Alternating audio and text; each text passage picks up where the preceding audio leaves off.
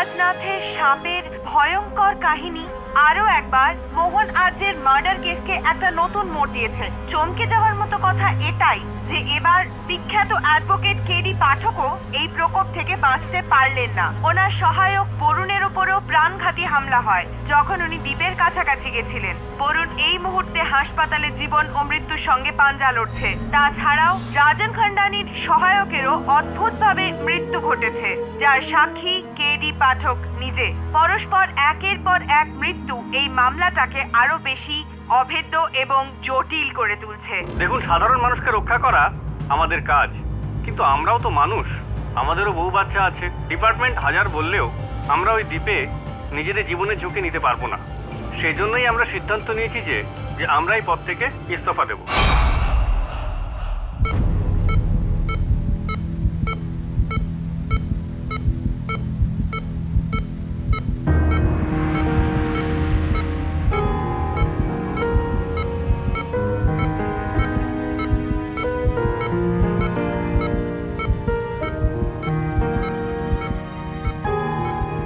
Mister পাঠক, আগে he is critical, কিন্তু আমরা পুরো চেষ্টা করছি। Thank you doctor.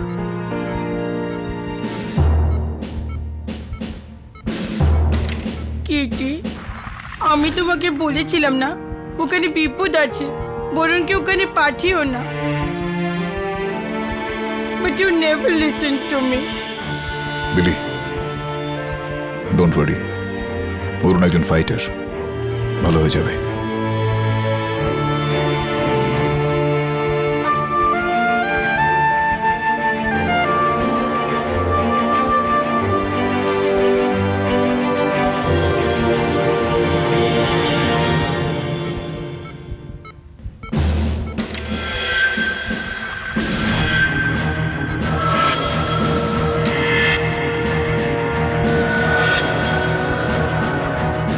KD sir,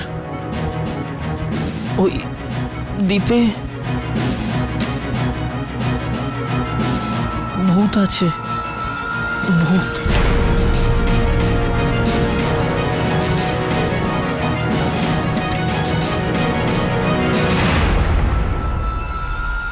মা, নিজেকে শক্ত করো। তুই তো আমার খুব সাহসী মেয়ে। মনে আছে ছোটবেলায় আমি যখন তোকে গল্প শোনাতাম, তুই তো তার শেষটা আগেই বলে দিতিস।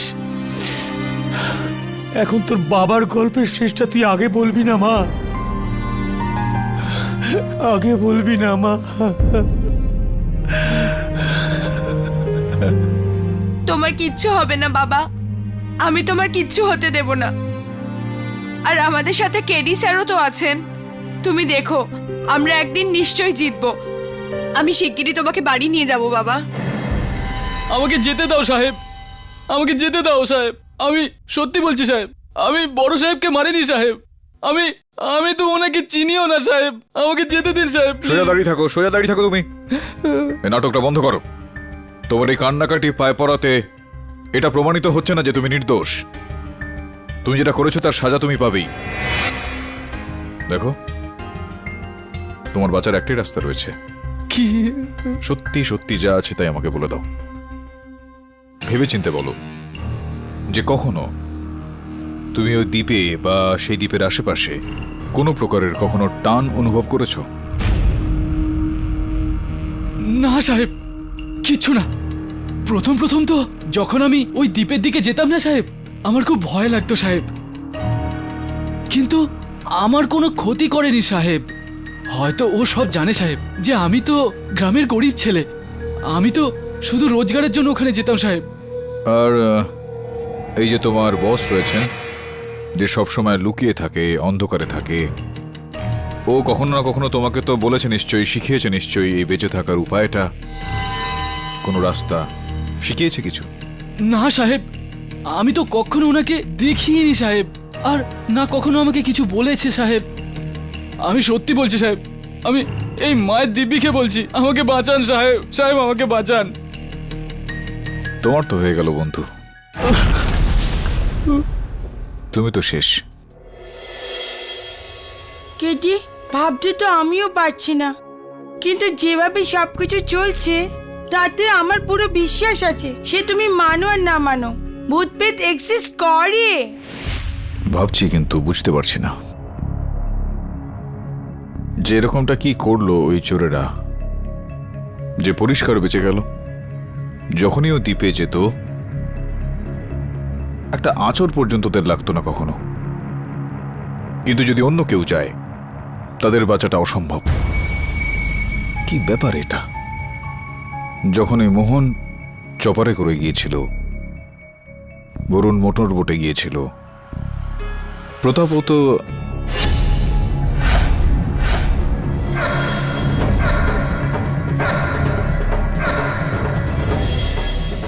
কি হইলো? হয়নি বিলি, এখনো হবে। এই কেসের কারণে বরুণের এরকম অবস্থা হয়েছে। আমার যে কোনো উপায়ে রহস্যটাকে বার করতে হবে। আর আমি কথা দিচ্ছি, যেই ব্যক্তির কারণে বরুণ আজকে এই পরিস্থিতিতে, সে আমার হাত থেকে বাঁচতে পারবে না।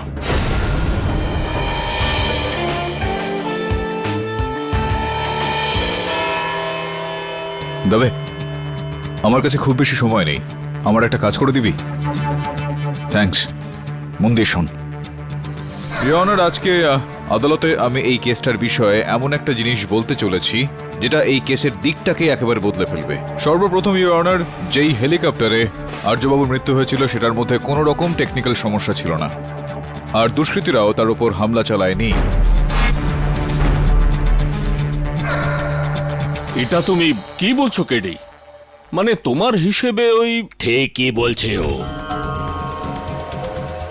একদমই ঠিক বলছে।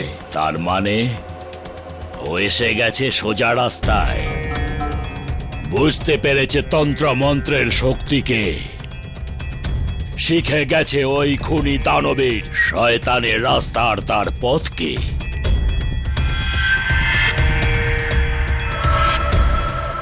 পাঠকবাবু, হ্যাঁ, ওই যে আপনার যে ওই একটা ইচ্ছে ছিল না সত্যের লক্ষ্যে পৌঁছানোর, আমার খুব আনন্দ হচ্ছে জানাতে যে আপনার সেই ইচ্ছে পূরণ হয়েছে। জয়সওয়াল বাবু, সত্য পর্যন্ত পৌঁছানোর এই ইচ্ছেটা আমার সব সময় পূরণ হয়, আর আপনার জেতার এই ইচ্ছেটা সম্ভবত এইবারেও পূরণ হবে না। স্বামীজি, এখনো সময় রয়েছে, কিন্তু সত্যিটা বলে ফেলুন, না হলে খুবই তাড়াতাড়ি আপনি অন্ধকারে বসে হয়তো তারা গুনবেন। স্বয়ম্ভু মূর্খ, তুই আমার শক্তিকে, আমার সাধনাকে অপমান করিস। এবার আমি তোকে ছাড়বো না, কিছুতেই ছাড়বো না। আমি তোকে এইখানেই ভস্ম করে দেব, ছাই করে দেব।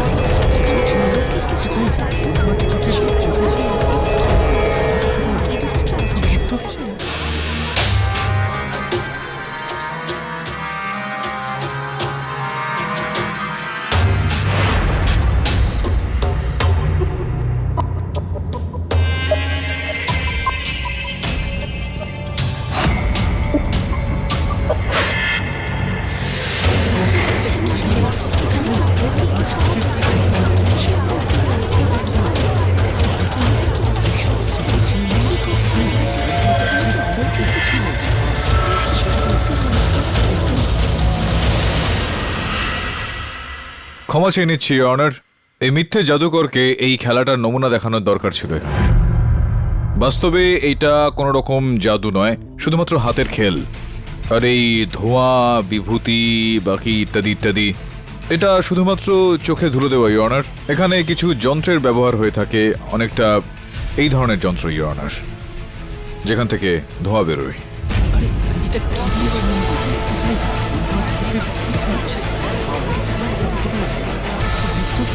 ইওর অনার, আমি এখন আদালতে, যদি আপনার অনুমতি হয় তো তাহলে আরো একটা জাদু দেখাতে চাইব। অনুমতি দিলাম।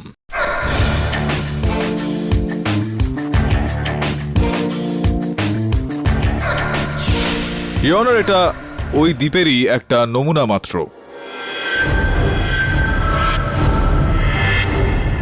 মেনে নিচ্ছি যে এটা একটা আসল জাহাজ। এখান থেকে এটা বেরোচ্ছে, জাহাজের কিচ্ছু হলো না। এখান দিয়ে যখন যাচ্ছে, জাহাজের কিচ্ছু হলো না। ইওর অনার, দ্বীপের এই জায়গাটা দিয়ে যখন জাহাজটা বেরোয়, তখন এই জায়গাতে দ্বীপে জাহাজটা আটকে যায়।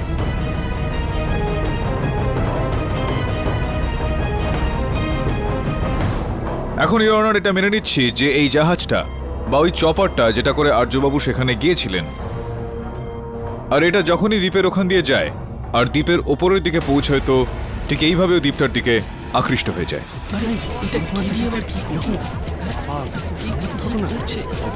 তো প্রশ্ন এখন এটা উঠছে যে এই লোহা দিয়ে তৈরি জিনিসপত্র দ্বীপের দিকে কিভাবে আকৃষ্ট হচ্ছে। এক মিনিট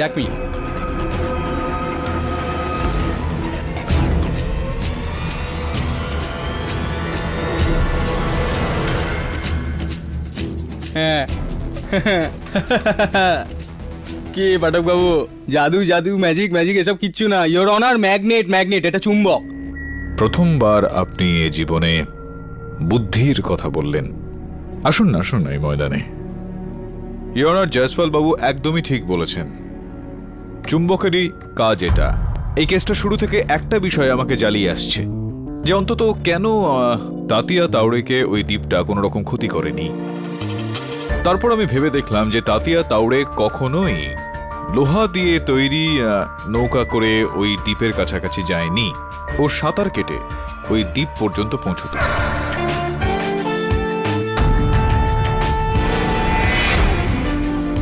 ইওর এই মার্ডার মিস্ট্রিটার সব থেকে বড় ভিলেন হলো ওই দ্বীপের ওই অংশের চুম্বক।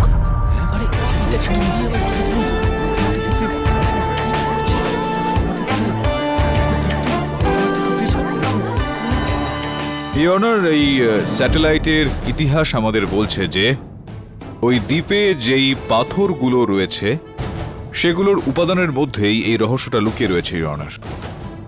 আর এই রহস্যটা হলো ফেরাস অক্সাইড।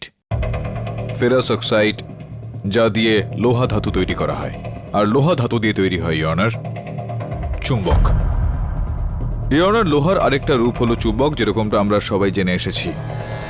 যখন লোহার আণবিক সংগঠন পুনর্নির্মাণ হয়ে যায়, তখনও চুম্বক হয়ে যায়।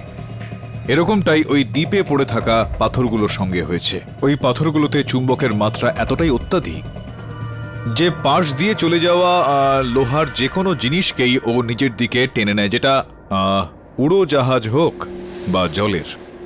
আর ইওর অনার, এটা স্পষ্ট যে এরকমটাই ওই চপারের সঙ্গে হয়েছিল, ওই হেলিকপ্টারটার সঙ্গে হয়েছিল যেটার ওপর আর্যবাবু উঠেছিলেন।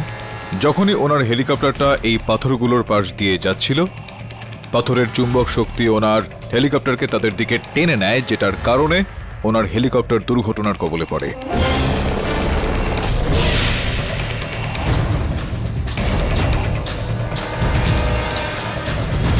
রিওনার, ওই দ্বীপের পাথরগুলোতে চুম্বক থাকার কারণে সবথেকে বেশি লাভ স্বামী রাজনাথ বাবুর হয়েছে।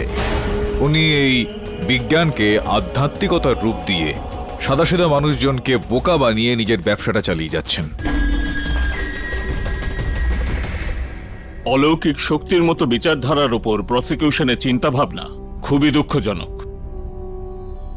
আর মিস্টার থাডানি, আপনার মতো দায়িত্বশীল নাগরিকের এটা মানায় না যে এমন অসৎ সাধুকে উৎসাহ দেওয়া। যে ক্ষেত্রে কেডির তর্ক আর ভাবনাকে আমি প্রশংসা করছি।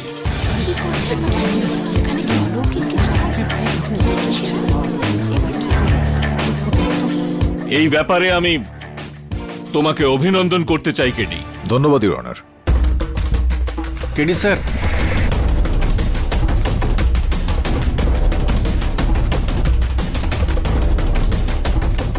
কিন্তু এই কেসটা এখনো শেষ হয়নি। এইমাত্র আমি যেই বিষয়গুলো জানতে পারলাম সেটা অনুযায়ী আমি এটা বলতে চাইব যে মোহন আর্যবাবুর দুর্ঘটনায় মৃত্যু হয়নি, ওনাকে হত্যা করা হয়েছে। হ্যাঁ। কি? আমার এই কথাটাকে প্রমাণ করার জন্য আমি একজন বিমান বিশেষজ্ঞ মিস্টার বক্সিকে কাঠগড়ায় ডাকার জন্য অনুমতি চাইছি। অনুমতি দিলাম। ইওর অনার, মিস্টার বক্সি একজন বায়ু বিভাগের ইঞ্জিনিয়ার, আর বিমান যাতায়াতের ওই নিয়ন্ত্রণ রুমে অফিসার হিসেবে অনেক বছর ধরে ইনি কাজ করছেন। কত বছর হলো আপনি কাজ করছেন মিস্টার বক্সি? আগে গত 10 বছর ধরে। দয়া করে বলুন যে আপনার কি মনে হয় এই চার্টের মানেটা ঠিক কি? কি মানে হয় এটার, সেটা আদালতকে একটু বোঝান। এটাকে অ্যারোনটিক্যাল চার্ট বলা হয়। এটা প্রত্যেক পাইলটের জন্য একটা রুট ম্যাপ। রুট ম্যাপ মানে হচ্ছে চপার চালানোর ম্যাপ। চপার ওড়ানোর আগে প্রত্যেক পাইলটকে এটা দেওয়া হয়। এই ধরনের রুট ম্যাপ আমরা চপার চালানোর জন্য গত 5 বছর ধরে ব্যবহার করে আসছি। এতে ওই অ্যাক্সিডেন্টাল জোন থেকে দূরত্ব বজায় রেখে ঘুরপথে যাওয়ার রাস্তা ব্যবহার করার ইনস্ট্রাকশন দেওয়া থাকে। মিস্টার বক্সি, এই দুটো চার্ট দেখে আদালতকে একটু বলুন যে এই দুটোর মধ্যে কি পার্থক্য, কি সাদৃশ্য? এই দুটোতে অনেক পার্থক্য আছে। এটা হলো আসল আর এটা নকল। এটার মানে কি দাঁড়ালো? এর মানে হলো মোহনের চপারের রুট ম্যাপ বদলানো হয়েছিল। এছাড়াও ওই পাইলট বিদেশি ছিল, ওর জন্য ওই জায়গাটা নতুন আর অন্ধকারও অনেক হয়ে গিয়েছিল। এই অবস্থায় পাইলট কি করবে? খুব সাধারণভাবেই রুটে যা দেওয়া হয় সেই ম্যাপ অনুযায়ী চপার চালাবে। ইয়নার, সব মিলিয়ে মোহন আর্য বাবুর বিদেশি পাইলট বদল করা রুট ম্যাপে যে রুটটা ছিল সেটার ব্যবহার করলো, নাকি অন্য কোন রুটে গেল? সোজাসুজি সেটার উপর দিয়ে গিয়েছিল এবং তারপর কি হয়েছিল সেটা আমরা সবাই জানি। কিন্তু কেডি, ওই সন্দেহভাজন ব্যক্তি কে যে রুট ম্যাপ বদলেছে? আমি বলবো ইওর অনার, যদি অবশ্য পাঠক বাবু আপনার আপত্তি না থাকে তো। উত্তর রয়েছে এটার আপনার কাছে, বলুন না। ইওর অনার, আমি থাডানি বাবুর কোম্পানিতে কর্মরত রাঘব বাবুকে এখানে ডাকতে চাই। অনুমতি দিলাম।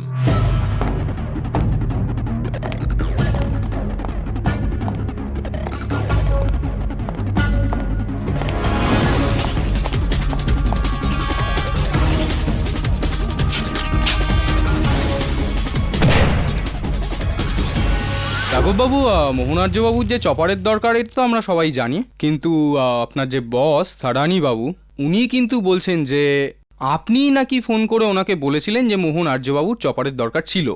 আগে না, এটা মিথ্যে কথা। আমি এই ধরনের কোনো ফোন করিনি। কি আজে বাজে কথা বলছো? তুমিই তো আমাকে ফোন করেছিলে যে মোহনের একটা চপারের দরকার আছে, আর তার সাথে এটাও তোমাকে বলেছিলাম ওর থেকে কোনো পেমেন্ট নেওয়া হবে না, কারণ আমি জজ সাহেব মোহনের দিকে বন্ধুত্বের হাত বাড়াতে চেয়েছিলাম। শান্ত হয়ে যান থাডানি বাবু, নিজের আবেগের ওপর একটু কন্ট্রোল রাখুন। খারাপ হয়ে যাওয়ায় হেলিকপ্টারের ওপর তো কন্ট্রোল রাখতেই পারেননি। হ্যাঁ রাঘববাবু, একটা কথা বলুন যে এই কোম্পানিতে আপনি কি কাজ করেন, আপনার কি দায়িত্ব থাকে? আগে আমি এই কোম্পানিতে একজন অ্যাকাউন্টেন্ট হিসেবে আছি। একটু ভাবুন উকিল বাবু, যেটা আমার কাজ নয় সেটা আমি কেন করব? আর আমি তো আগেই জানতাম যে মোহন আর্য আর আমার বসের রাজন থাডানির সঙ্গে শত্রুতা আছে। Correct correct correct correct your honour, I mean সত্যি তো আপনার সামনেই ইওর অনার। এ লোকটা মিথ্যে কথা বলছে না। না জজ সাহেব, এই সমস্ত মিথ্যে। ও আমাকে ফোন করেছিল, আমি এটা হলফ করে বলতে পারি। হলফ করে তো আমিও বলছি, আর আমার কাছে তো মোবাইল টেলিফোন কোম্পানির রেকর্ডও আছে। না, ওই কল মোবাইল থেকে নয়, পিসিওর থেকে করা হয়েছিল। আপনি বললেন আর আমি মেনে নিলাম। থাডানিবাবু, একটা মিথ্যেকে ঢাকার জন্য আপনি 2টো মিথ্যে বলছেন, 2 নম্বরের জন্য আবার 3টে। কিন্তু আপনিও জানেন যে মোহন আর্যের মৃত্যুর পিছনে আপনারই হাত আছে। যখনই আপনি জেনেছেন যে মোহন আর্যের একটা হেলিকপ্টারের দরকার, তখনই আপনি বন্ধুত্বের বার্তা দিয়ে একটা মেনটেনেন্স না হওয়া হেলিকপ্টার পাঠিয়ে দেন, আর তার সাথে রুট ম্যাপও বদল করে দেন, যাতে বেচারা পাইলট সেই পাথরের ওপর দিয়েই হেলিকপ্টার নিয়ে যান, আর যাতে মোহন আর্যবাবু মৃত্যুর টানে নিচে নেমে যান ওই চুম্বকটা ওখানে থাকার কারণে।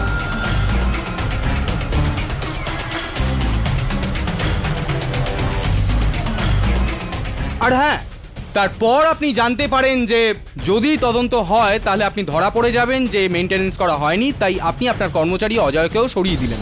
একটা মিথ্যে ঢাকার জন্য আরেকটা মিথ্যে, একটা খুনের অপরাধ ঢাকার জন্য আরও একটা খুন। এই সমস্ত মিথ্যে, আমি এমন কিচ্ছু করিনি, আমি নির্দোষ। নির্দোষ আপনি 10 বছর আগেও ছিলেন না। আপনি আপনার স্ত্রীকে হত্যা করেছিলেন, তখনও আপনি খুনিই ছিলেন, আর আজও আপনি খুনি। না, এটা মিথ্যে কথা। আমার বাবা কিচ্ছু করেননি, ওনাকে ছেড়ে দিন প্লিজ।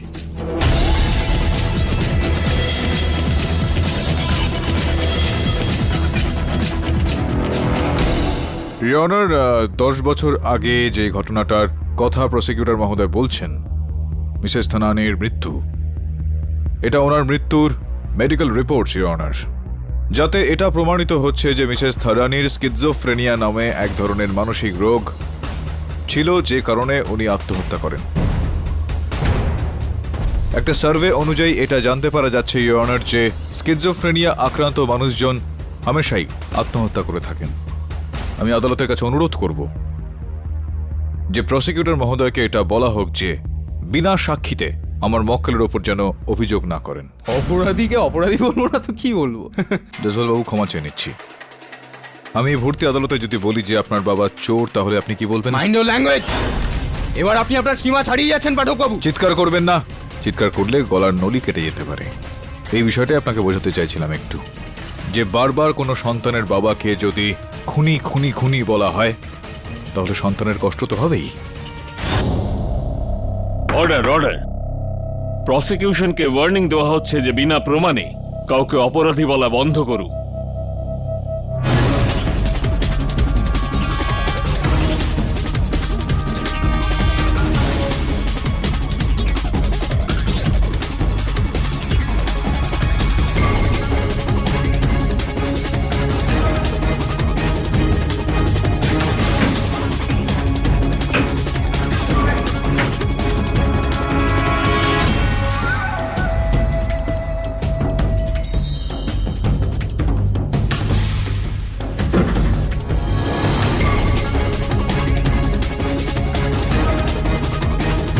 রিওনার এই কেসটা যখন চলছিল তখন সবাই ওই দ্বীপের রহস্যটা জানতেই ব্যস্ত হয়ে পড়ে, কিন্তু কেউ এটা জানার কোনো রকম চেষ্টা করলো না যে দুষ্কৃতকারীদের সর্দারটাকে।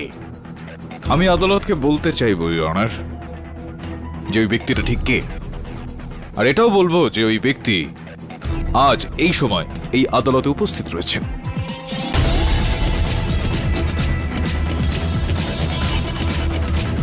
সুকুমারন বাবু, ওনাকে আমি কাঠগড়ায় ডাকার জন্য অনুমতি চাইছি। অনুমতি দিলাম। খুবই বিচিত্র ব্যাপার এটা সুকুমারন বাবু। আপনার যে হোটেল আছে শুনেছি যে ওটা নাকি একদম চলেই না, ওই ব্যবসা থেকে আপনার নাকি কোনো রকম লাভ হয় না, খালি পড়ে থাকে আপনার ওই হোটেলটা। সেটা হতেও আপনি সব সময় অনেক অনেক কারি টাকা ইনভেস্ট করেন আপনি ওই হোটেলে, সেটাকে আরো ঝাঁ চকচকে করে তোলার জন্য। এরকমটা কেন? কোথাও এরকমটা নয় তো যে আপনার ওই হোটেল দুষ্কৃতীদের আড্ডা, আর সেখান থেকেই আপনি ওই সমুদ্রের দিকে নজর রাখেন?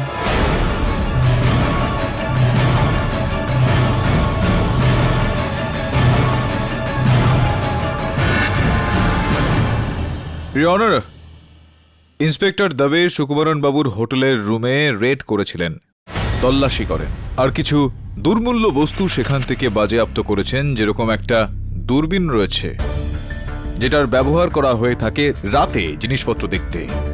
ইওর অনার, ইন্সপেক্টর দবে আমাকে সেই ছবিগুলো পাঠিয়েছেন ইমেলের সাহায্যে আমার ফোনে। আমার ফোনটা অন করার অনুমতি চাইছি। অনুমতি দিলাম।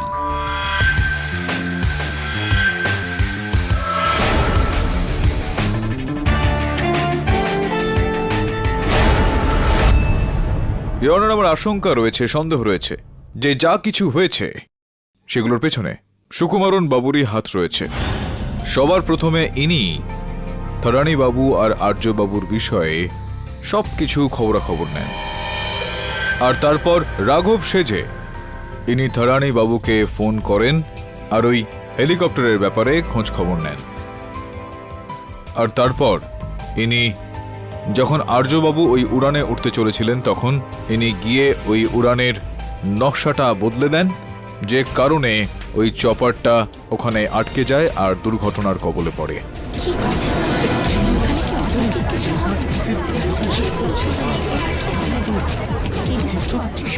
Silence in the court. শুধুমাত্র এইটুকুই নয় ইওর অনার, থানানি সাহেবের ওপর এই অভিযোগটা আনার জন্য ইনি ওনার কর্মচারী অজয়কে ফাঁসালেন। অজয়ের সাহায্যে ইনি হেলিকপ্টারের মেইনটেনেন্স রেকর্ডটা বদলে দিলেন যাতে সন্দেহটা থানানি সাহেবের দিকে যায়। আর যখন ইনি ইঙ্গিত পেলেন যে হতে পারে অজয় সত্যিটা বলে দেয়, তখন ইনি অজয়কেও মেরে ফেললেন। কি? আমি মানছি যে আমি স্মাগলিং চক্র চালাই, কিন্তু মোহন আর্য আর অজয়কে আমি খুন করিনি। আমি তো একদম জানতামই না যে মোহন স্যার চপারে যাওয়ার কথা বলবেন। আমি তো ওনার জন্য একটা মোটর বোটের বন্দোবস্ত করেছিলাম, আর আমি ওই বোট চালককে বিশেষভাবে বলেও দিয়েছিলাম যে দ্বীপের সামনে দিয়ে যেন একদম না যায়। সুকুমারন, আমার খুব তাড়াতাড়ি একটা চপার দরকার।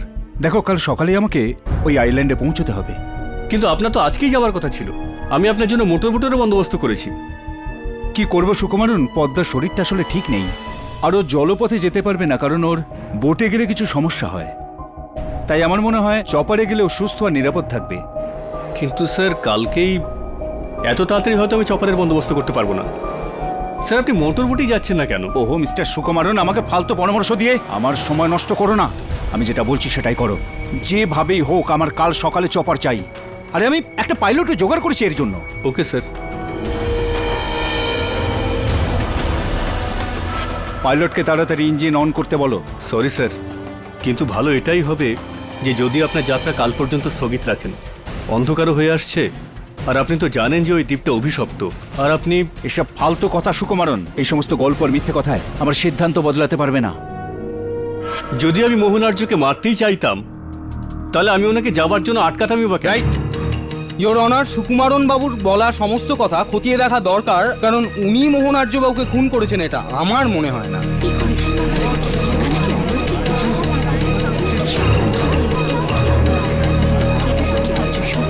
Order order. এই আদালত 2 ঘন্টা পরে আবার শুরু হবে।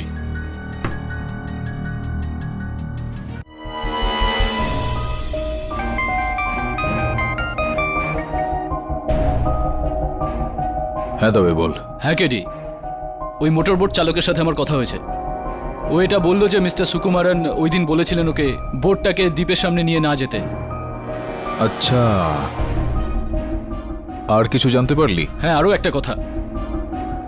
রাজন আদালতে ঠিকই বলেছিল, ওর ফোনে একটা পিসিও থেকে কল এসেছিল।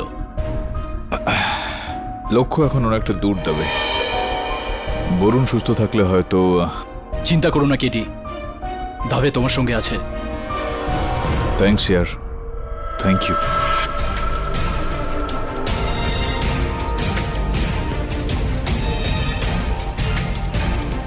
তো রাঘব বাবু, ফোন কলটা আপনি করেননি থারানি বাবুকে? স্যার, আমি কতবার বলবো যে আমি এই ধরনের কোনো কল করিনি, আর আপনি আমার ফোন রেকর্ড চেকও করেছেন। যদি আপনি ফোন কলটা না করে থাকেন তাহলে প্রশ্ন উঠছে যে ফোনটা করলো কে? আগে থারানি বাবুকে জিজ্ঞেস করছি। থারানি বাবু, কত বছর হলো রাঘব বাবু আপনার সঙ্গে কাজ করছেন, আর কিভাবে দেখা হলো আপনার ওনার সঙ্গে, বলুন না। রাঘব আমার কাছে এই 6 মাস ধরে কাজ করছে। একে আমি স্বামী রাজনাথের সুপারিশে রেখেছিলাম। আচ্ছা আচ্ছা আচ্ছা আচ্ছা, স্বামী রাজনাথ বাবুর কথা মতো বেশ ঘনিষ্ঠ বন্ধুত্ব রয়েছে আপনার স্বামীজির সঙ্গে। এই ছবিটা আছে দেখুন।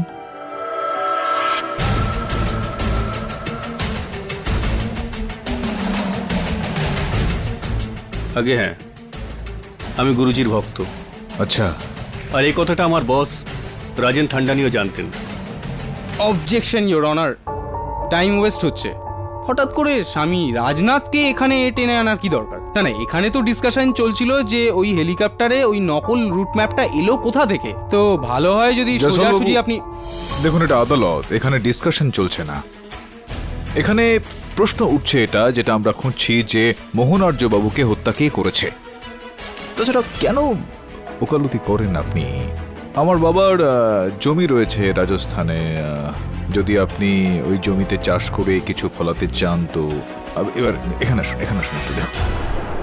এই ছবিটা দেখছেন আপনি? হ্যাঁ, দেখতে পাচ্ছি। এখানে এই যে ব্যক্তি রয়েছেন এখানে বসে রয়েছেন স্বামী রাজনাথ, এই রাঘব বাবু। হ্যাঁ, এই পিছনে যে ব্যক্তি দাঁড়িয়ে রয়েছেন তাকে চিনতে পারছেন আপনি? একটু দেখুন তো। আপনি চেনেন? আমি তো চিনি, আপনি চেনেননি? কে?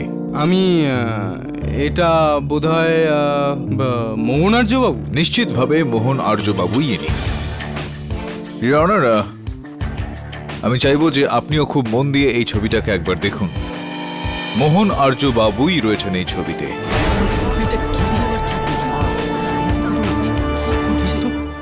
খুব কম মানুষজনই জানেন যে মোহনার্য বাবুও স্বামী রাজনাথের ভক্ত। তিনিও অলৌকিক শক্তিতে বিশ্বাস রাখতেন।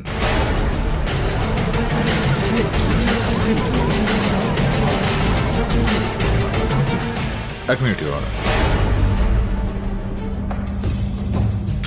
ইওর অনার, এটা মোহনার্য বাবুর ব্যাংকের তালিকা, যার থেকে এটা স্পষ্ট হচ্ছে যে অনেকগুলো টাকা ওনার অ্যাকাউন্ট থেকে স্বামী রাজনাথ বাবুর অ্যাকাউন্টে ট্রান্সফার করা হয়েছিল।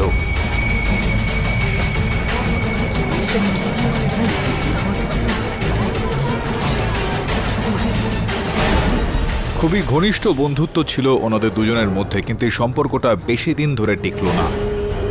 স্বামী রাজনাথ ওনাকে তাড়িয়ে দিয়ে রাজন থাডানি বাবুকে নিজের ভক্ত হিসেবে মানলেন, কেননা উনি জানতেন যে মোহন আর্যবাবুর কাছে এরকম বেশ কিছু রহস্য রয়েছে যেগুলো উনি খুলে দিতে পারেন। আর সম্ভবত এই কারণেই স্বামী রাজনাথ মোহন আর্যবাবুকে হত্যা করেন।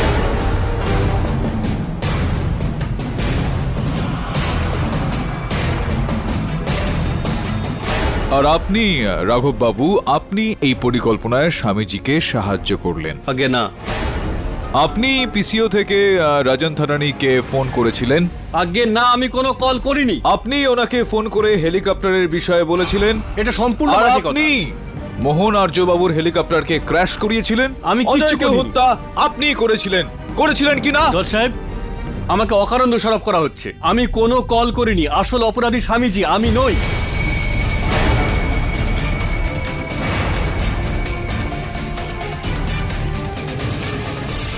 আরে কিন্তু গম পেশার সময় তার খোসাটাও তো পিষে যায় আমার বন্ধু। ইওর অনার, স্বামীজিকে কাঠগড়ায় ডাকার জন্য অনুমতি চাইছি। অনুমতি দিলাম।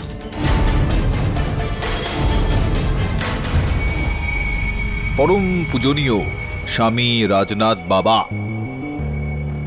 আপনার ভালো তাতেই হবে যদি আপনি মহামান্য বিচারককে যাবতীয় সত্যিগুলো বলে দেন। দোষ স্বীকার করে নিন, কেননা যদি আমি বলতে শুরু করি তাহলে আপনার জন্ম থেকে এখনো পর্যন্ত পুরো কুণ্ডলিটা খুলে দেব। সমস্ত কালো কদঙ্ক বাইরে বেরিয়ে আসবে। কি বলতে চাইবেন আপনি?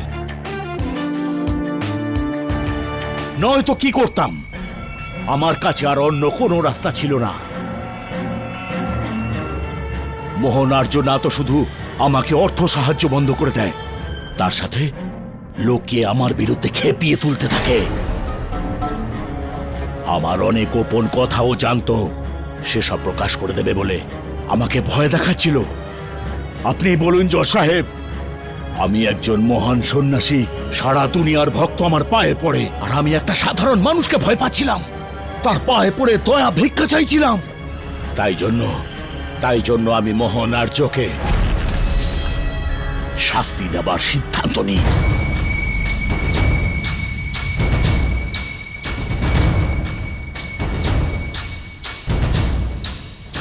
এই কাজে রাঘব আমাকে সম্পূর্ণ সহায়তা করে। আমি ওকে চপারের ব্যাপারে রাজনকে ফোন করবার জন্য বলেছিলাম।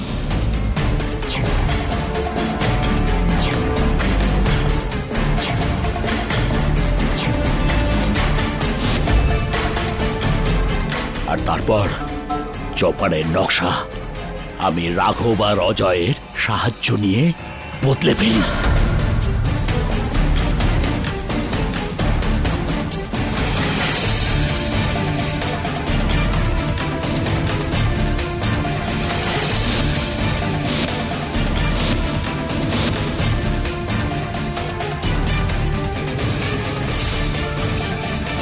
অজয় আমার সাথে পুরো ব্যাপারটাই ছিল, কিন্তু বিশ্বাসঘাতক ছিল। আমাদের কথা কেডিকে বলতে গেছিল, চলে গেল উপরে। স্বয়ম্ভু, ভয় পাস না বাছা। আমি জানি যে তুই ফোনে কার সাথে কথা বলছিলিস। আমি তোর কষ্ট দূর করে দিতে এসেছি।